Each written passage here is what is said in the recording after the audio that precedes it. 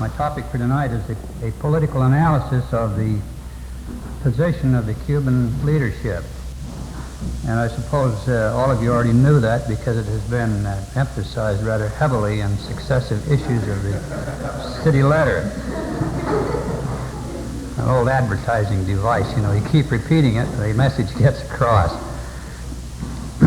Actually, when I agreed to give a educational on this topic, the comrades who talked with me about it suggested that I should make the frame of the discussion somewhat narrower because the position of the Cuban leadership is rather wide, covers a rather broad field, and we could spend much longer than the allocated 45 minutes unless we focused in on the topic. They suggested that I should try to answer one particular question, and that is why we don't consider the leaders of the Cuban Revolution to be Trotskyists, because this seems to be a rather strange position to hold. After all, the main slogan of the Cuban revolutionaries is, "The duty of every revolutionist is to make the revolution." And that seems to express the very essence of Trotskyism, the main message of Trotskyism from the beginning, that the duty of the revolution was to, and of every revolutionist, was to move forward and to accomplish the revolution instead of deviating it or taking it into detours or sidetracking it or betraying it. That was the great message of Trotskyism. So, if that is the gist of the Trotskyist position, why do we refrain from calling the Cuban leaders Trotskyists? In addition to this, there is their actual record, which is not easy to avoid. The actual record includes making a revolution, a successful one, and then holding up that revolution as an example for revolutionaries not only in Latin America but throughout the world. And in the light of that, how can you say that they are not Trotskyists? And still worse, there are others who do not hesitate to use that label with the Cubans. I.F. Stone, for example, on making a trip there, came back and said that in his opinion, the Cuban revolutionists, the leaders, were unconscious Trotskyists.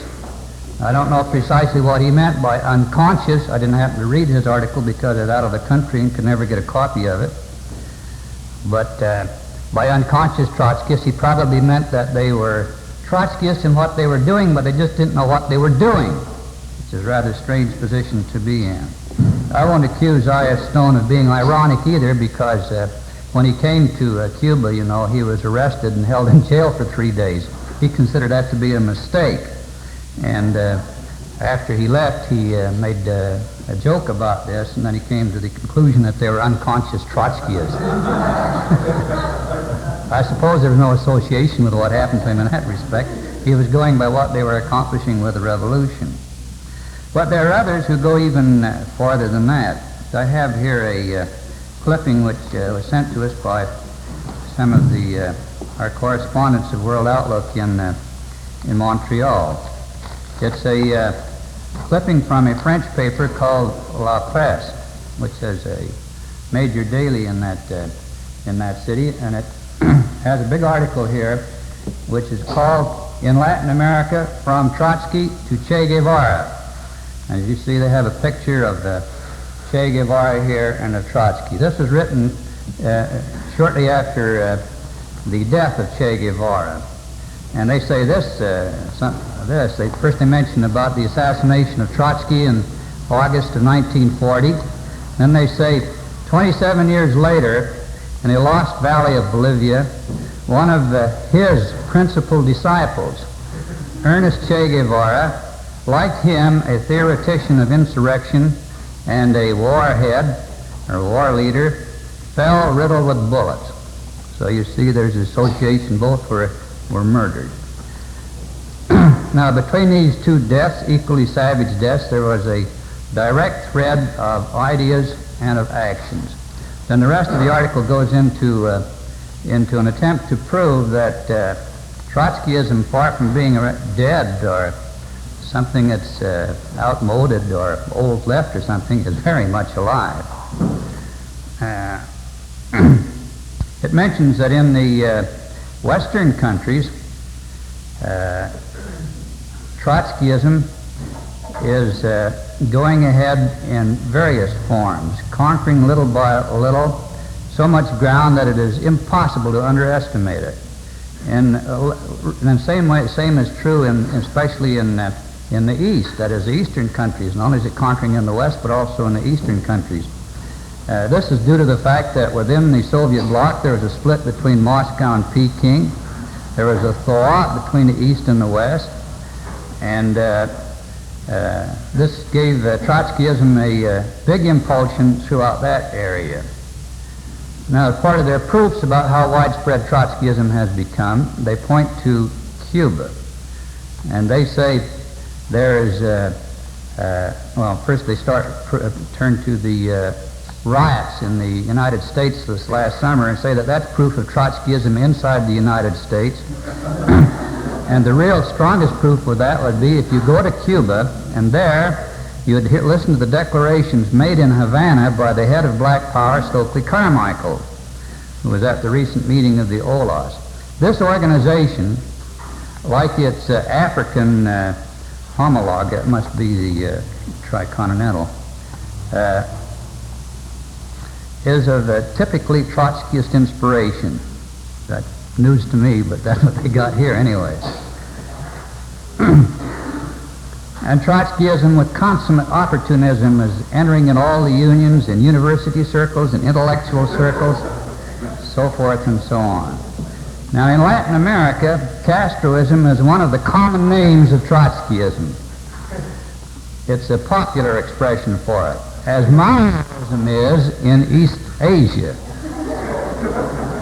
with its Red Guards and its permanent revolution. In his last message, which was read in April in Havana, and which became his testament, Guevara recommended as a factor in struggle hate, which transformed a man into a killing machine, efficacious, violent, selective, and cold. So that's Trotskyism too. In Latin America, there's certainly no lack of inflammable materials, but the detonator is not in the countryside, but in the cities. There it is Trotskyism, which one can call Castroism, Marxism, Leninism, pro-Chinese communism, or any kind of name, is making great progress in the last few years. So you see, from this, there's no problem at all. And wherever there's any trouble, that's Trotskyism. And since there's been a lot of trouble created by the Cubans, obviously they're Trotskyists, and they're spreading all over. Now, of course, we could answer the question rather easily by pointing to the fact that the Cubans themselves do not call themselves Trotskyists. And that ends the matter right there. Why should we call them Trotskyists if they don't call themselves Trotskyists? They call themselves Marxist-Leninists. But now it's true that there are some Marxist-Leninists who are Trotskyists. On the other hand, there are various currents who use the label Marxist-Leninism in such a way that it does not exclude considerable anti-Trotskyism. And in this respect, the Cubans are not without sin. Now, one of the things I want to call attention to. First of all, there was Castro's famous speech at the Tricontinental Congress in January of 1966, which he ended up with a rather virulent attack against Trotskyism. We answered it at the time, as you are all aware, I'm sure, and we ascribed part of the reasons for this to a confusion between Trotskyism, genuine Trotskyism, and a grouping which calls itself Trotskyist, but which is not. That is the Socialistas. But there was more than that involved in this. Let me just show you some recent material which is not exactly Trotskyist. I have here the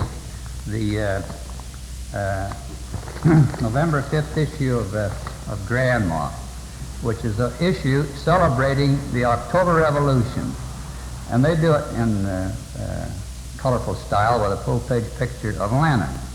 Now, most of you here know that Lenin was not the only leader in the October Revolution. Then you would think that on the 50th anniversary, if you're going to point to the historic record and draw the historic lessons, you at least have some mention of some of the other figures, particularly Trotsky. So we turn to page 2, and here we have Lenin and culture, and then we have a very curious thing. The Cuban newspapers in Havana, which of course was bourgeois at that time, this is 1917, what they said. But you'll notice that some of the type is very obscured here in the reproduction. You can't quite read it.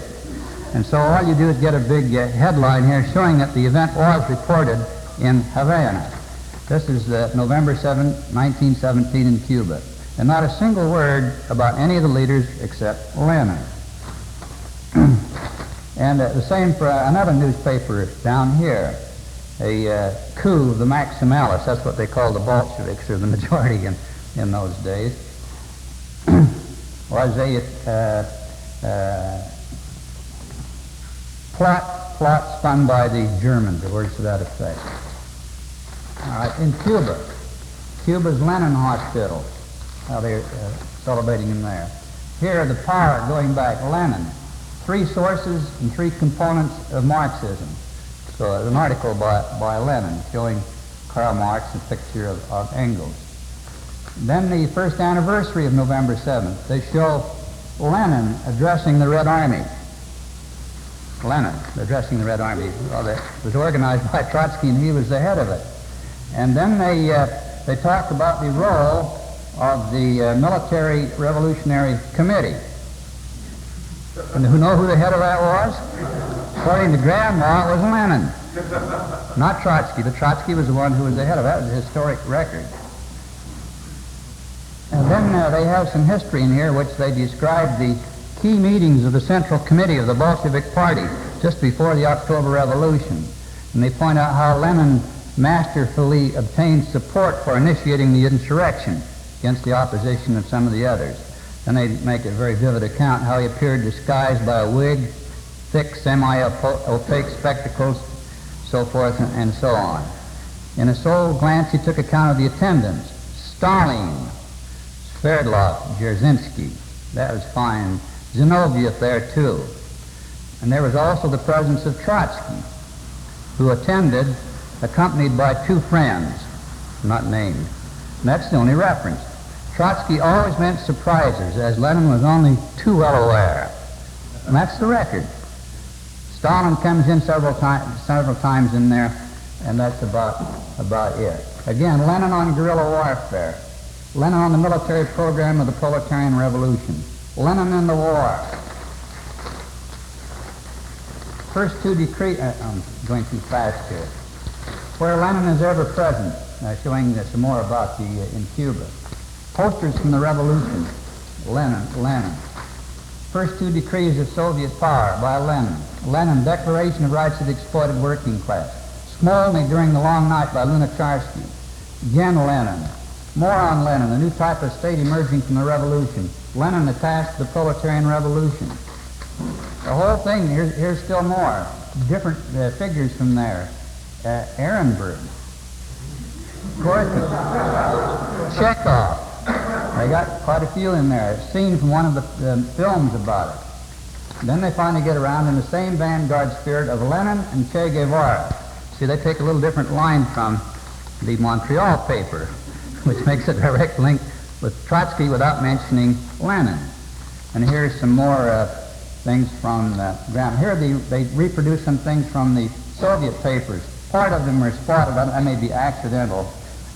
Others are quite clear. It's hard to say what they are unless you know Russian, and there are not many people in Cuba that could read Russian, I suppose. In any case, one of the declarations of the military committee, they don't give the signature on the thing, although it was probably signed by Trotsky. Brief, they celebrated the October Revolution exactly the same way it was celebrated in Moscow, not exactly in a Trotskyist way. Now, there's probably political reasons for that which we can understand. Let me give you another. This is their popular newspapers put out in various languages, Grandma. Let me give you another indication. This is from a theoretical magazine in Cuba called Pensamiento Crítico. This is the October issue, which celebrating the October Revolution.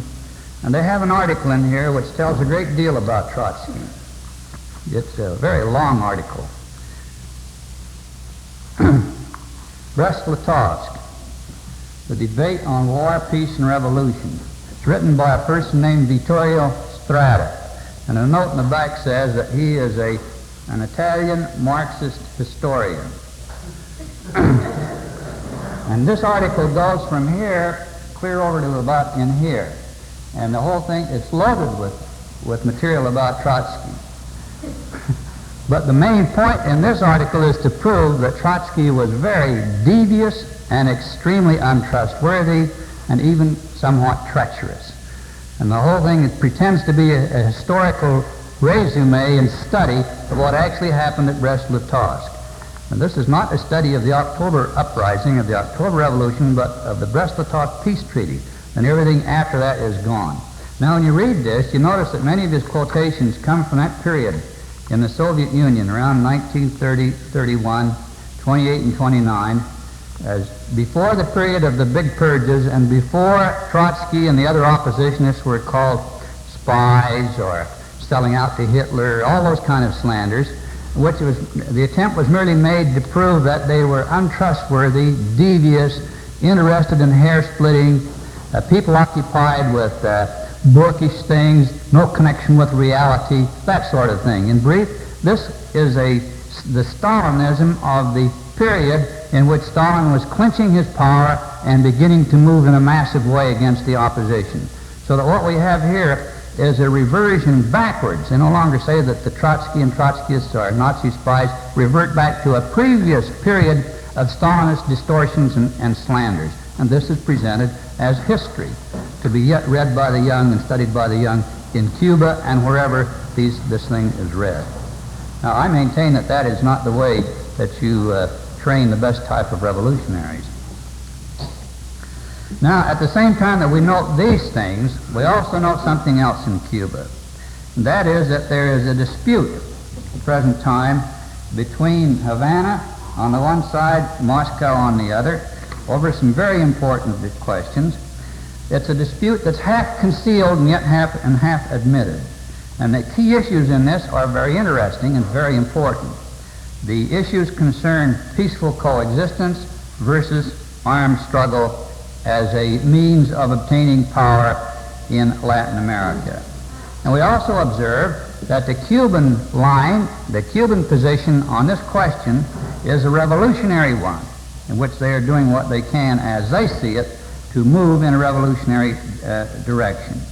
Now, this struggle, as the news about this struggle and reports about it have occupied our attention, and as a matter of fact, the whole world's attention, in those sectors who are interested in these things, for quite a period of time, and especially since last March, as the struggle came into the open and even came to a showdown at the OLAS conference in August.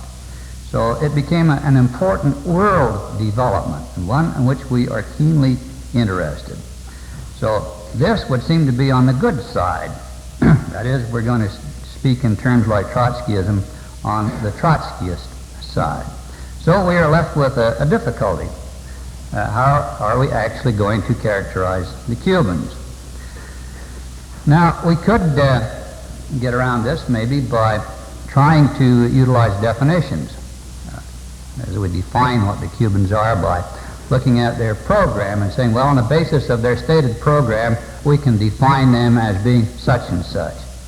The difficulty with that is that the Cubans emphasize action and practice at the expense of theory and the expense of stated program, and sometimes their stated program does not coincide with what they actually intend to do or what they are actually doing. There's a discrepancy there. We noted that for the first time during as the Castro movement was moving towards power. They made assurances that they had no intention of touching private property or especially American investments in Cuba. And this misled many revolutionaries as to what was going to happen in Cuba. In our own case, for example, when we read those declarations, we said, watch out. We've seen these kind of declarations before, and therefore we must be very, very cautious about these people. Now, they have continued that same practice of sometimes stating things which you don't know how much they're really committed to those, but in general, they seem to discount words, discount statements, discount theory, discount the programmatic side of their declarations, and to let actions speak for them instead. So if we were going to try to define the Cubans on the basis of their stated programs, it would not relieve us from our difficulties. We would have to take some kind of a combination of their declarations and their actions and note what changes have occurred over a period of time, and then see if a direction could be established.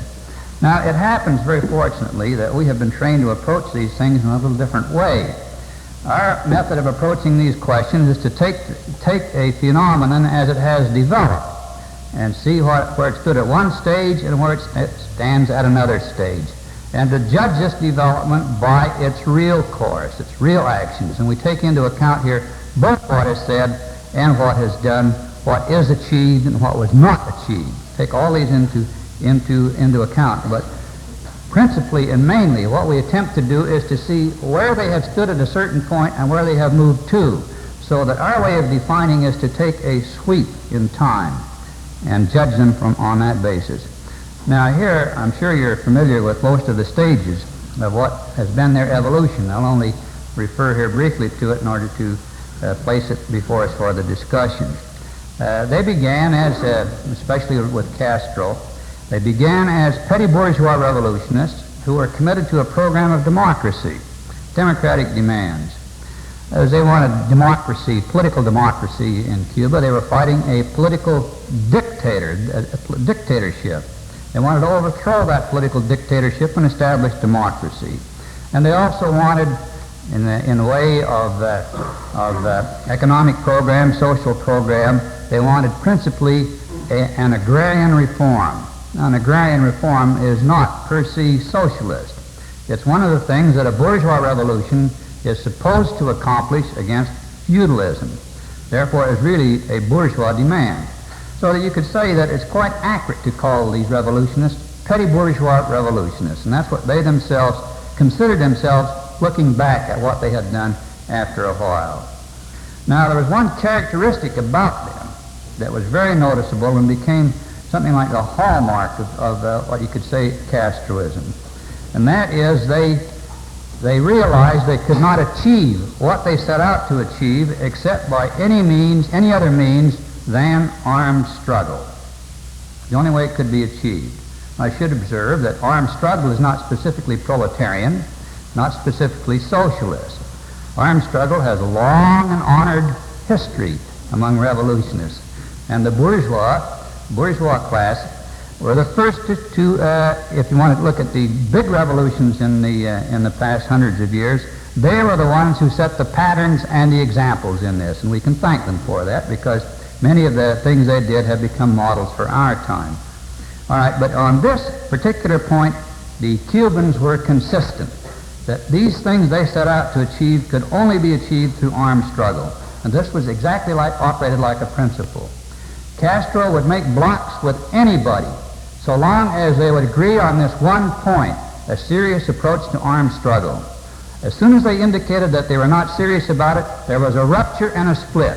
And the early part of his movement is characterized by one rupture and one split after another, with different bourgeois currents who did not take this seriously. They would give money, he would accept it, he would give them arms. If they didn't come across, then there was a rupture. Now, they achieved power by these means.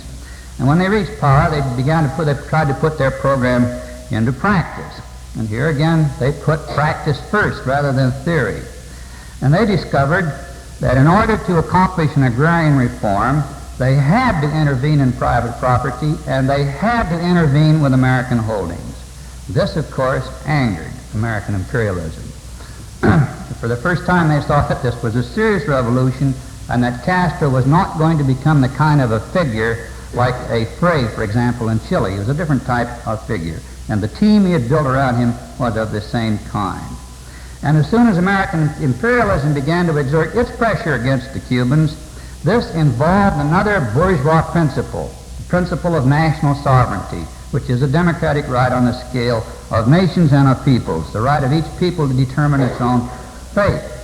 And so the Cubans were faced with another question, whether or not to concede on this or not to concede. They did not concede, but in order to maintain their position, to defend what they had accomplished up to this stage, they discovered they had to stand up and fight against American imperialism, and this involved some very far-reaching measures, because otherwise they would have lost, they would have been undermined by the counter-revolution and the counter-agents. They had to take over the key sectors of industry.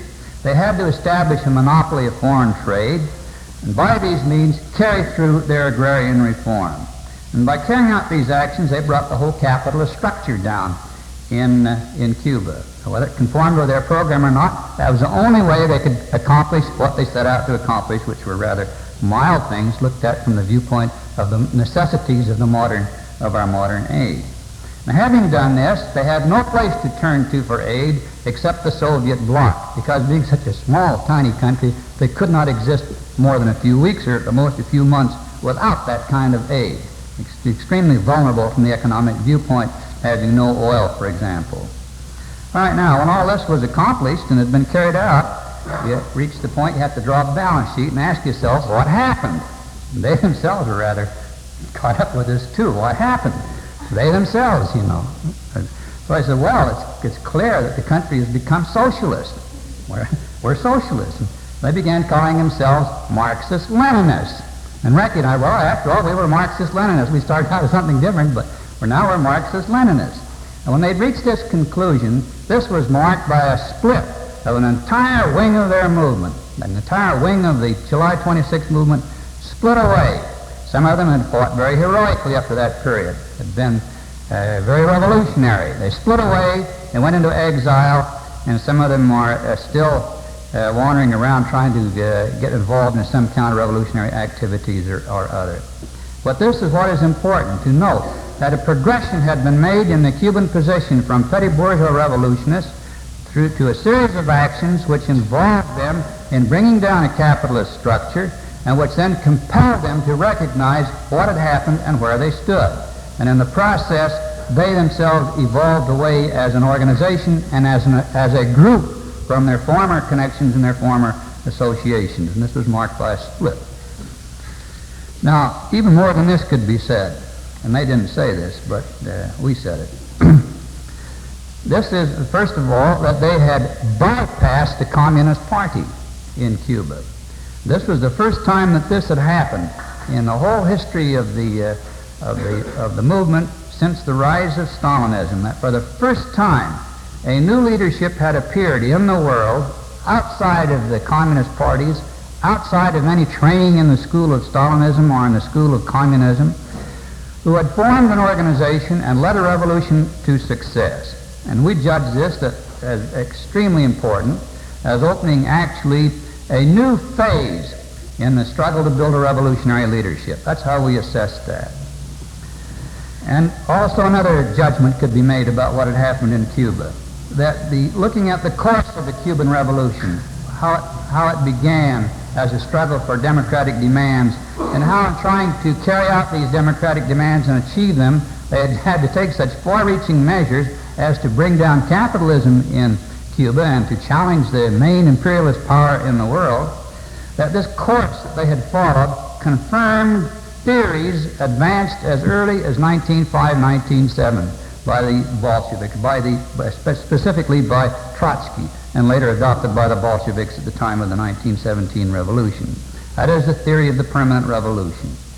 There's objectively, without the people themselves being aware of this theory, carried out a course of action that confirmed how correct this theory was. Now, at the same time, we have to recognize that they did not appear to be conscious of this at all. At least they never indicated that they were conscious of that, of what they had done, that is bypassing the CP, establishing the correctness of the theory of the permanent revolution in their area of the world. One reason for this is the fact that what they were doing when they brought down the capitalist structure and established a monopoly of foreign trade and tried to institute planning was following models which had already been set up. That is, existing models that existed in the Soviet Union, for example, or in Eastern Europe. That is, models which were left over from the October 1917 revolution. No matter how battered or degenerated they were, still they were models from a previous revolution, and they were setting up structures that conformed with those structures, thereby in a certain sense reflecting the pattern of the October Revolution. In any case, this marked a milepost in their development, and one that we have to note very, very carefully. Now there was a series of new developments. There was their experiences with planning, which they made a number of mistakes, but at the same time moved forward, by and large, in planning. More important from the viewpoint of their consciousness and understanding and where we would characterize as to where they stand today was their experience with bureaucratism. And this I'm referring to the struggle with Anibal Escalante, in which the Cubans showed that they were aware of Stalinism and the dangers of Stalinism, at least to a certain degree. Now, the degree may not be a completely rounded degree. I don't think it is. But at least it went as far as the concepts of Stalinism, which had emerged to a certain degree in the Soviet Union under the general banner of Khrushchevism, that is, the de-Stalinization process, where Stalin was pegged for some of his crimes and where certain measures were initiated to counteract these. At least it went that far in Cuba that they recognized the validity of those things and were not afraid to state that they were combating Stalinism and the danger of Stalinism in Cuba. And that was very, very progressive. And also, again, we note that this marked a split with the CP in Cuba as the old line CPers of the Escalante type, that a split occurred with them in Cuba after a preliminary stage in which they had come together immediately after the revolution. Even more interesting than the domestic experience of the Cubans was what happened in the foreign field. Very briefly. Their main problem was to defend the gains which they had achieved in 1959-1960, in that period. Of defending those gains and assuring conditions so that they could develop. That is, the things they had achieved could develop. Planned economy, the safety for the monopoly of foreign trade, all the protection of the gains that they had made. And there were only two ways of protecting this. One was by extending the revolution, that is, having a revolution occur elsewhere in Latin America of a similar type with which they could link up and which would immediately strengthen them. And the other was to combat all those who opposed this kind of a line. Now, in extending the revolution, or in advocating that it be extended, they held up Cuba as an example, not the Soviet Union, but Cuba as an example, and they called for a socialist revolution. And that was a new note and a big advance over their program which they had stood on when they made their own revolution. This was in the Declaration of Havana, Second Declaration of Havana, calling for a socialist revolution. And on the other side, combating the opponents of this line, here we can follow a whole thread of development. It became very prominent in the case of the struggle over peaceful coexistence as advocated by the various communist parties under the influence of Moscow, and combating those, especially in the CPs, who wished to confine their activities to mere electoral politics in the sense of simply acting as a pressure grouping in the bourgeois parties in various countries. Cubans summarized all this in their formula of armed struggle, and they even got a rather narrow and somewhat dogmatic formulation of this in posing it as guerrilla warfare. And here many misunderstandings arose over what they actually meant or what the actual lessons of the Cuban Revolution really were. But the gist of it is, and the most important thing is, their insistence on armed struggle as a road in contrast to peaceful coexistence. There's the illusion that you can achieve socialism by peaceful means. And the concrete developments on this occurred around a dispute with the Venezuelan CP leadership, the right-wing CP leadership, which first broke out somewhat at the Tricontinental Conference in January of 1966, and then flared up into a showdown at the OLAS conference this last summer.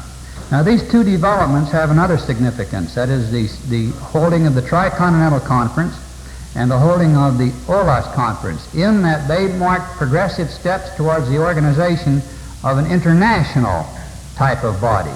Up to this point, they have confined themselves merely to setting up a regional body. That is, in the case of the Tricontinental, it links together three continents, but only in a very small way. It's not a big going organization in the sense of one that is actually organizing on three continents.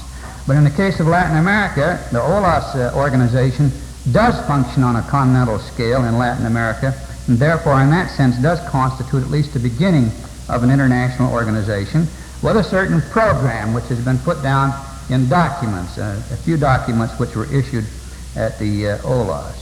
Now here again, this development was marked by another split, and the split in this case occurred between the Cubans and the right-wing Venezuelan CP, and has been extending since that time, since last August, all over Latin America, in other countries where they've been lining up and taking sides on this dispute between them.